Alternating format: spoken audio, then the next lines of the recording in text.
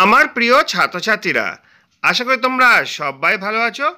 প্রতিদিনের পড়াশোনা নিয়ে আবার হাজির হয়েছি। আজ আমরা পঞ্চম শ্রেণীর পরিবেশ বিষয়ক 1 থেকে 34 পাতা সকল 1 নম্বর প্রশ্নের উত্তর ভালো করে জেনে নেব। দেখো, ভিডিওটা তোমাদের অনেক কাজে লাগবে। যদি ভালো লাগে লাইক কমেন্ট শেয়ার করবে। চ্যানেলে যদি নতুন থাকো চ্যানেলটা সাবস্ক্রাইব করে পাশে থাকা বেল আইকনটা বাজিয়ে দেবে, যাতে আমার তৈরি পরবর্তী ভিডিওগুলো সবার আগে তোমার কাছে পৌঁছায়। চলো প্রশ্নোত্তরগুলো দেখে নিই। দেখো, পঞ্চম শ্রেণীর পরিবেশ বিষয়ক প্রশ্ন উত্তর, পাতা 1 থেকে 34, প্রতি প্রশ্নের মান 1।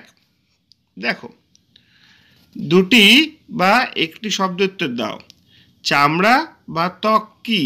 এর উত্তরটা এমন হবে, দেহ বা শরীরের বাইরের আবরণকে চামড়া বা ত্বক বলা হয়। সূর্যালোকের প্রভাবে দেহে কি কি তৈরি হয়? উত্তর হচ্ছে মেলানিন ও ভিটামিন ডি। পরের প্রশ্ন, অনেক সময় বয়সকালে কালো চামড়ার অনেক জায়গায় সাদা হয়ে যায়, কেন? উত্তর হচ্ছে অপুষ্টি বা অসুখের কারণে শরীরের ওই সব জায়গায় মেলানিন তৈরি না হওয়ায় সেই জায়গায় সাদা হয়ে যায়।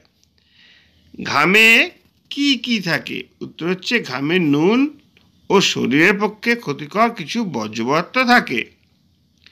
পরের প্রশ্ন, সাপের চামড়া বা ত্বক কি দিয়ে ঢাকা? সাপের চামড়া বা ত্বক আঁশ দিয়ে ঢাকা থাকে। নেক্সট কোশ্চেন, লোমের মতো কিছু ছোট ছোট পালক দেখা যায় কাদের? মুরগি, হাঁস ও অন্যান্য পাখিদের গায়ে লোমের মতো কিছু ছোট ছোট পালক দেখতে পাওয়া যায়। পরের কোশ্চেন, চামড়ার বেশি ব্যবহারে পরিবেশের কি ক্ষতি হয়? পরিবেশ দূষণ হয়, যেমন জল বায়ু দূষিত হতে পারে। নেক্সট কোশ্চেন, চামড়া বা ত্বকের প্রধান কাজ কি? দেহকে বাইরের আঘাত থেকে রক্ষা করা এবং সুরক্ষা দেওয়া। নেক্সট কোশ্চেন, বয়স বাড়লে চুল সাদা হয় কেন? বয়স বাড়লে মেলানিন তৈরি কমে যায়, তাই চুল সাদা হয়। চামড়ার ভেতরের দিকে থাকা নলাকার রক্তবাহ গুলিকে কি বলে? ধমনী বলে। গন্ডারের খড়গ আসলে কি? গন্ডারের খড়গ আসলে জমাট বাঁধা চুল। নতুন নখ গজাতে কত সময় লাগতে পারে? নতুন নখ গজাতে 2-3 মাস সময় লাগতে পারে। সূর্যের কোন অদৃশ্য রশ্মি আমাদের ত্বকের ক্ষতি সৃষ্টি করে? অতিবেগুনি রশ্মি। গন্ডারের চামড়া দিয়ে পূর্বে কি কি বানানো হতো? বর্ম বা মুখের পোশাক, ঢাল। ত্বকের কটি স্তর রয়েছে? ত্বকের 2টি স্তর রয়েছে, ওপরের রক্তবিহীন স্তর আর নিচের রক্তবাহযুক্ত স্তর। বয়স বাড়ার সঙ্গে সঙ্গে শরীরের চামড়ার কি পরিবর্তন হয়? বয়স বাড়ার সঙ্গে সঙ্গে শরীরের চামড়াও বাড়তে থাকে। বিড়ালের নখগুলি এমনিতে দেখা যায় না কেন? বিড়ালের নখগুলি থাবার মধ্যে লুকোনো থাকে বলে ওগুলো দেখতে পাওয়া যায় না। 4টি পাখির নাম বলো যাদের ধারালো নখ আছে? পেঁচা, ঈগল, মাছরাঙা, চিল। ত্বক, চুলের, নখের যত্ন কিভাবে নেবে? সাবান ও জল দিয়ে পরিষ্কার করে তেল ও ক্রিম লাগিয়ে ত্বকের, চুলের, নখের যত্ন নিতে হবে। পশু পাখির ধারালো নখকে কি বলে? পশু পাখির ধারালো নখকে নখর বলা হয়। কিসের জন্য চামড়ার রং কালো হয়? মেলানিন রঞ্জকের জন্য চামড়ার রং কালো হয়। মেরুদণ্ড কি দিয়ে তৈরি? মেরুদণ্ড কষে রেখা দিয়ে গঠিত। হাড়গুলি অস্থিসন্ধিতে কি দিয়ে লাগানো থাকে? হাড়গুলি অস্থিসন্ধিতে লিগামেন্ট দিয়ে লাগানো থাকে। অস্থিসন্ধির তরল কমে গেলে কি হয়? অস্থিসন্ধির তরল কমে গেলে হাড়ে হাড়ে কষা লাগে ও নড়াচড়া করতে অসুবিধা হয়। পায়ের একটি হাড়ের নাম বলো? টিবিয়া। কাজ করার হাড়কে সাহায্য করে কে? পেশি। পরের কোশ্চেন দেখি, কোন প্রাণীর মুখের পেশির জোর খুব বেশি? বাঘের। হৃৎপিণ্ডের প্রধান কাজ কি? অনবরত পাম্প করে সারা শরীরে রক্ত ছড়িয়ে দেওয়া। রক্তের মাধ্যমে সারা শরীরে ছড়িয়ে পড়ে এমন দুটি গুরুত্বপূর্ণ পদার্থের নাম লেখো। অক্সিজেন ও পুষ্টি পদার্থ।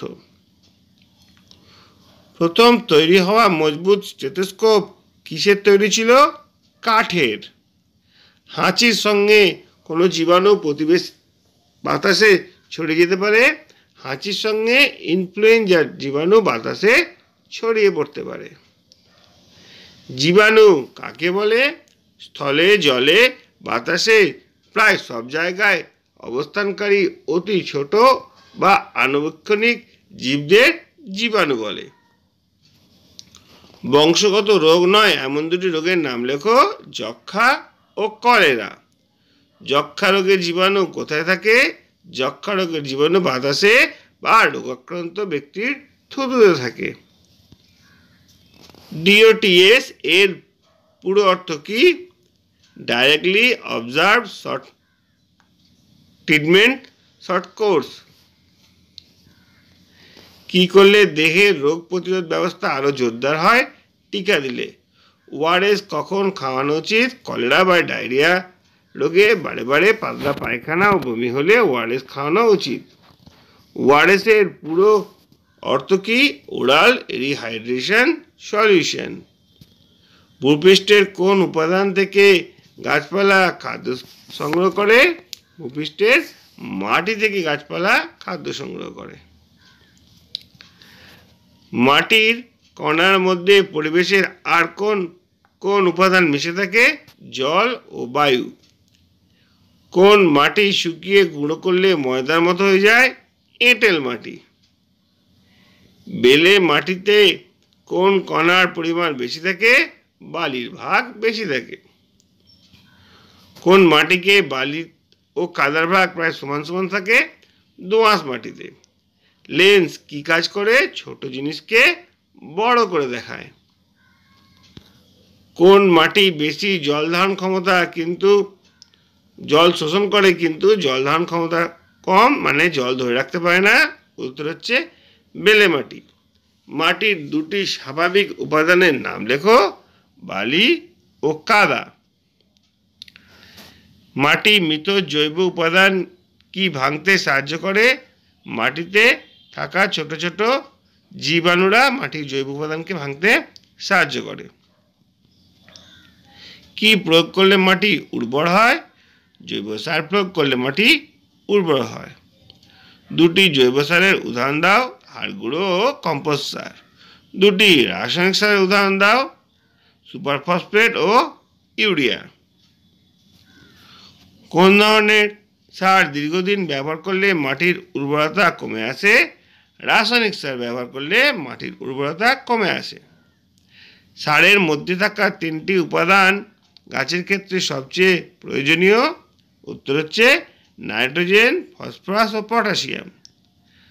পাহাড়ে কোন সময় শাকসবজি হয়? মে জুন মাসে। পরের কোশ্চেন হচ্ছে, পাথর কেটে কিভাবে গুঁড়ো হয়? পাথর ফেটে কিভাবে গুঁড়ো হয়? উত্তর হচ্ছে ভূমিকম্পে, সূর্যের তাপে বা প্রবল বৃষ্টিপাতে পাথর ফেটে গুঁড়ো হয়ে যায়। ধান ও শাকসবজি চাষে কতটা মাটি লাগে? ধান ও শাকসবজি চাষে 1-1.5 ফুট গভীর মাটি লাগে। কোন ধরনের গাছ মাটি তৈরিতে সাহায্য করে? মস, ফার্ন। ভূমিক্ষয় কাকে বলে? দেখো, খুব একটা গুরুত্বপূর্ণ প্রশ্ন। প্রাকৃতিক পদ্ধতিতে বা নানান ভৌত উপায়ে এবং মানুষের নানান কাজের ফলে মাটির স্থানচ্যুত হওয়ার ঘটনাকে ভূমিক্ষয় বলা হয়। ধস কি? উত্তর হচ্ছে পাহাড়ি অঞ্চলে বা নদী, পুকুর বা বিভিন্ন রাস্তায় নানা কারণে মাটির খসে পড়া বা পাথর সহ মাটির খসে পড়াকে ধস বলা হয়। পাহাড়ে ধস নামার দুটি কারণ উল্লেখ করো। একটি হচ্ছে ভূমিকম্প আর একটা হচ্ছে বৃষ্টিপাত।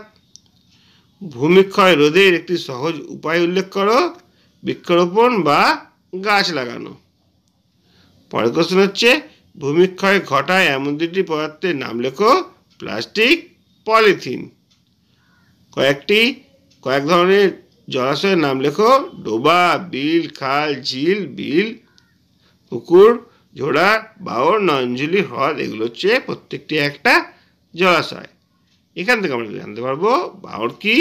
নদীর বাঁকের খানিকটা অংশ বা মূল নদী থেকে বিচ্ছিন্ন হয়ে বদ্ধ জলাশয়ে পরিণত হওয়াকে বাওর বলে।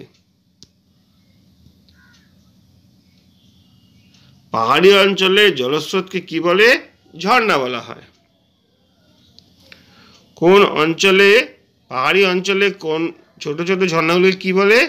ঝোড়া বলে। দেখো, এটাকে উল্টেও প্রশ্ন দিতে পারে। ঝোড়া কাকে বলে? উত্তর হবে পাহাড়ি অঞ্চলে ছোট ছোট ঝর্ণাগুলিকে ঝোড়া বলে। রাস্তার ধারে থাকা লম্বা জলাশয়গুলিকে কি বলে? নয়নঝুলি বলে। কোন পাখি ঠোঁটে করে জল এনে মাছ ধরে আর কোন পাখি জল চুইয়ে নখ করে মাছ ধরে উড়ে যায়? উত্তরটা দেখো, মাছরাঙা ঠোঁটে করে জল থেকে মাছ ধরে আর চিল জল চুইয়ে নখ দিয়ে মাছকে নিয়ে উড়ে যায়। শহরে পানীয় জলের প্রধান উৎস কি? শহরে পানীয় জলের প্রধান উৎস হলো জলাধার থেকে পাইপের মাধ্যমে সরবরাহ করা জল। তারপরে কোশ্চেন, জলের কল অযথা খুলে রাখা ঠিক নয় কেন? উত্তর হচ্ছে জলের কল অযথা খুলে রাখলে জলের অপচয় করা হবে। পরবর্তী প্রশ্ন, জলস্রোত যুক্ত জলাশয় দুটো উদাহরণ দাও। স্রোতযুক্ত জলাশয় হচ্ছে নদী, নালা, ঝর্ণা। স্রোতবিহীন জলাশয় বা স্থির জলাশয় উদাহরণ হচ্ছে পুকুর, ডোবা, বিল। জলাশয় কিভাবে সৃষ্টি হয়? বৃষ্টির জল নিচু জায়গায় জমা হয়ে জলাশয়ে সৃষ্টি হয়। নয়নঝুলির স্রোত কোন সময় দেখা যায়? বর্ষাকালে দেখা যায়। পুকুরের জল পরিষ্কারের একটি উপায় লেখো।